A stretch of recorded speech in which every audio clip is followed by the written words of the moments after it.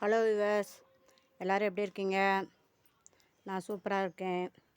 இன்றைக்கி நம்ம செடிகளோட அப்டேட்டை பார்த்துட்டு அடுத்தாப்பில் ஒரு செடி வளர்க்குறதுக்கு ஒரு சின்ன டிப்ஸு தான் அதான் சொல்ல போகிறேன்.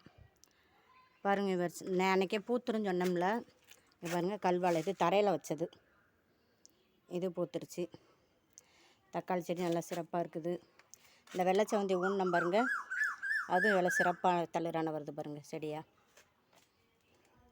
இந்த காட்டு ரோஸ் இப்போ தான் வெயில் பட்டு இனிமேல் தான் இதெல்லாம் பூக்க போகிறாங்க. பூ மொட்டு வைக்குது. இதில் மொட்டு வந்துச்சு, பூ வந்துச்சுன்னா நல்லா அந்த பூவோட அட்ராக்ஷனுக்கு நிறைய தேனீக்கள்லாம் வரும். அதுக்கு தான் அதாங்க வச்சுருக்கேன். இந்த பூ கலருக்கும் நிறையா வரும். வந்துச்சுன்னா இங்கிட்ட ஒரு தக்காளி செடி இருக்கா, இங்கிட்ட மிளகாய் செடிகள்லாம் இருக்குதா, அது மாதிரி இங்கிட்ட கத்திரிக்காய் செடி இருக்குது. இந்த பாலினேஷனுக்கு ஊட அங்கங்கே பூச்செடி என்ன செஞ்சிடணும், வச்சிடணும். வச்சாதான் என்ன செய்யும், செடி நல்லா சிறப்பாக வரும், காய்கள் நல்லா திரட்சியாக வரும், எல்லா பூவுமே காயாக மாறும். அதுதான் எல்லா செடியும் எவ்வளோ சிறப்பாக இருக்குன்னு பாருங்கள். இது வந்து ஒரு பையில் வச்சுருக்கேன்ல, அந்த கல்வாழை செடி. மீன் பெட்டியெல்லாம் பாருங்கள், இதுலேயும் பூ பூத்துருச்சு, இதுலேயும் தக்காளி செடிலையும் காய் வரப்போகுது.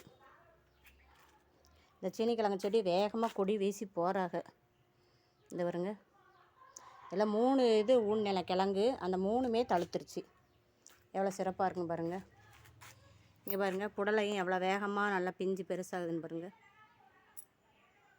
எல்லா செடியுமே நல்லா சிறப்பாக வந்துக்கிட்டு இருக்காங்க. வாங்க இப்போ வீடியோக்குள்ளே போவோம். வீடியோக்குள்ளே போகிறதுக்கு முன்னாடி ஜோதி ஃபார்மிங்கை சப்ஸ்கிரைப் பண்ணிக்கோங்க. அதில் ஆளுங்கிற பெல்லைக்கான கிளிக் பண்ணிக்கோங்க. அப்போ தான் நான் போடுற வீடியோ வந்து உங்களுக்கு உடனே நோட்டிஃபிகேஷனாக கிடைக்கும். வாங்க வீடியோக்குள்ளே போவோம்.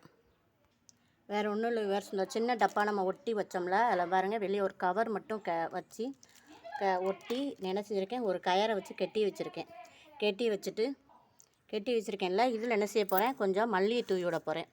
மல்லிகை தூவி விட்டு நம்ம ஒரு வாரம் நிழலில் வச்சிட்டோன்னா சரி, அடுத்தாப்பில் என்ன செஞ்சிடும், நிறையா மல்லிச்செடி முளைச்சி வந்துடும். இந்த சின்ன சின்ன டப்பாவில் என்ன செய்யலாம், நம்ம வீட்டுக்கு தேவையான மல்லிகை எடுத்துக்கலாம். ஒரு ரசம் வைக்கிறதுக்கு தேவையான மல்லி வந்து இதில் நமக்கு கிடச்சிக்கிடும். அதனால் சின்ன சின்ன டப்பாலையும் யூஸ் பண்ணுங்கள், வச்சு செடி வளர்த்துக்கோங்க. இந்த மேலே இன்னும் வேறு மண் கொஞ்சம் போடணும், போட்டு மூடி வைக்கணும். இந்த டப்பாவில் மல்லிச்செடி எடுத்தோம்ல விவர்ஸ், அதில் இப்போ தான் என்ன செய்ய போகிறேன், மல்லி போட போகிறேன். ஏன்னா மழை அடுத்தடுத்து பேஞ்சிச்சா, மழை பெஞ்சால் என்ன செய்யாது, செடி வந்து எல்லாம் சாஞ்சிரும் மல்லிச்செடி. அதுக்காக தான் போடாமல் வெயிட் பண்ணேன். இப்போ நான் அடுத்து வெயில் வர ஆரம்பிச்சிருச்சு.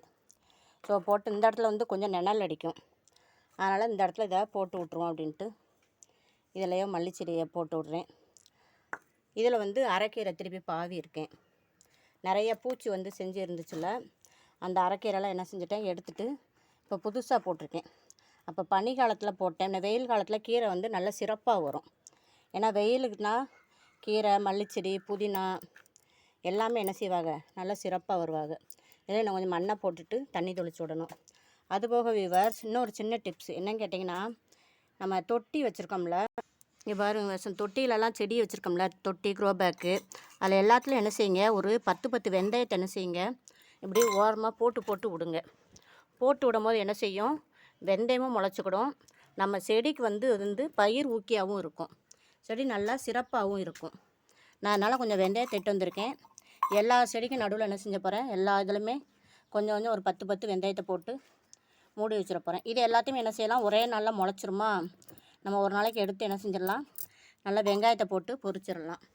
இதுதான் ஒரு சின்ன டிப்ஸ். எல்லா தொட்டிலுமே ஒரு 10 வெந்தயம் போடுங்க. நம்ம அதையும் என்ன செஞ்சிடலாம், கரெக்டாக 1 மாதத்தில் 22 நாள் ஹார்வெஸ்ட் பண்ணிக்கலாம்.